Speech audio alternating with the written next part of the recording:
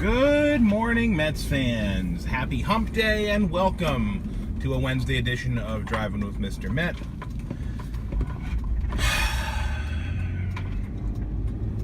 That seems to be the general and collective reaction to Mets games these days, especially immediately after the game and even more so the day after in the morning when you think back to how terrible or not terrible or generally awful each game has been.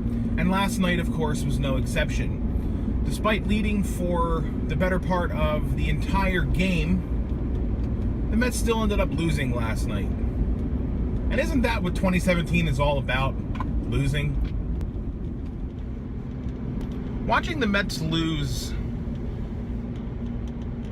on what seems like a daily basis, lose games, lose their place in the standings, lose players to injury, lose players to trade.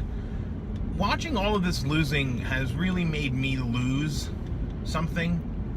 I've lost faith in the Mets.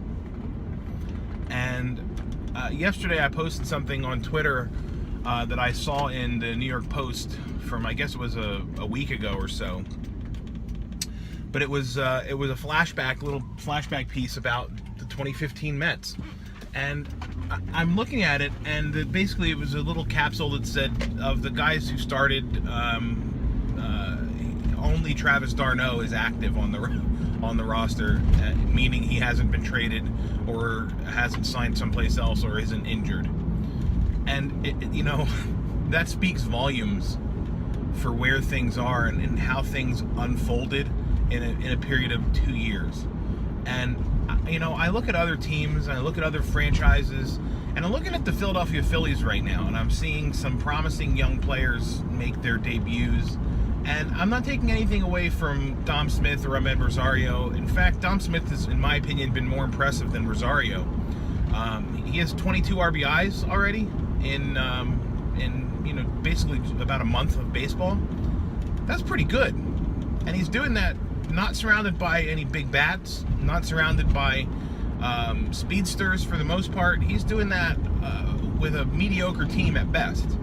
So again, I'm not taking anything away from Dom or Rosario here, but I am looking at other teams, and I'm looking at what I would say the fortunes of other teams might be. And I don't know why the Mets can't catch a break. And I feel like I'm complaining and I'm whining about this. And you know what? The hell with it. I am complaining. I am whining about it. I am pissed off that the New York Yankees, less than a year ago, or a little over a year ago rather, decided to completely rebuild.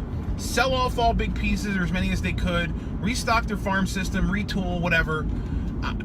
And what did their rebuild take them before they're, leading the friggin' AL wild card and in contention for the AL East? How long did it take? 3 months?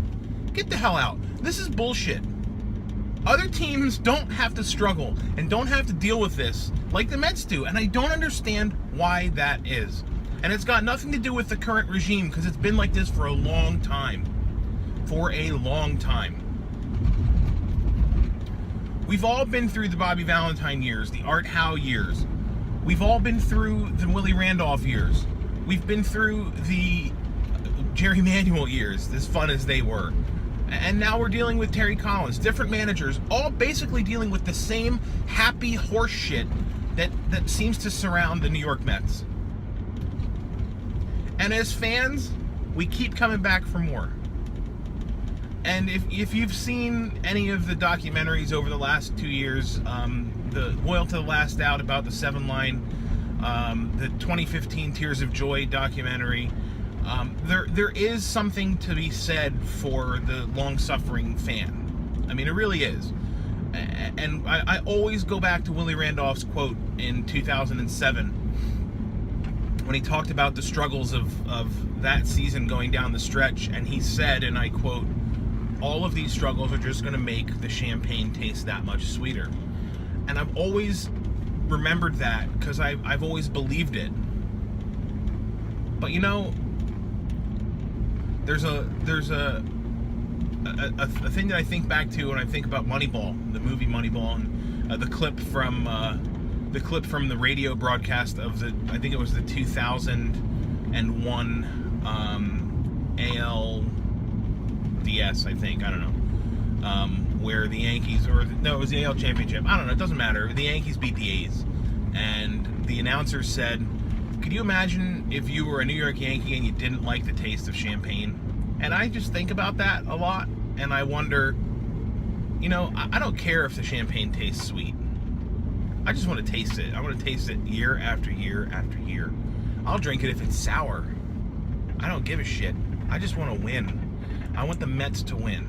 I'm tired of rooting for a team that finds lightning in a bottle, and when it looks like that bottle might last for a couple years, they just take the cork out of it and let all the lightning out. And I'm not saying that anybody's doing that on purpose. I'm just saying that it happens, and it does happen. So I'm frustrated this morning. Frustrated about AJ Ramos faltering for the first time as a Met. I mean, really faltering. He's had a couple of shaky outings, but this was the, you know, this was his first true Mets performance. I'm pissed off. I'm tired. I'm done with this season. I want it to be over. And I'm just afraid that 2018 is not going to be any better. And I guess that's what all of this boils down to, that I'm jealous of other teams like the Phillies, who seem to be promoting prospects who look like they're going to thrive. I'm jealous of a team like the Yankees, who rebuild for 6 weeks and are immediately thrust right back into a pennant race. I'm jealous. There it is. Will McAvoy said the first thing you have to do is admit there's a problem, or first thing to solving a problem is admit that there is one. Well, I have a problem. Unfortunately, I can't solve it. All I can do is sit back and watch and be miserable. So I thank you for watching me vent and get this off my chest. I do feel a little bit better. But hey, you know, there's Mets baseball in 4 short hours, and we can all watch them attempt to salvage the final game of this Marlins series with good old Rafael Montero on the bump today. 12:30 start. I'll be watching like an idiot, but I'll be at work, so I can't really be like screaming and yelling. So I guess that's good. So thanks for watching. I appreciate it. Follow me on Twitter at Mr_Met, where you can follow my snark and rage every time I watch the Mets. And as always, because I always close out saying it, let's go Mets.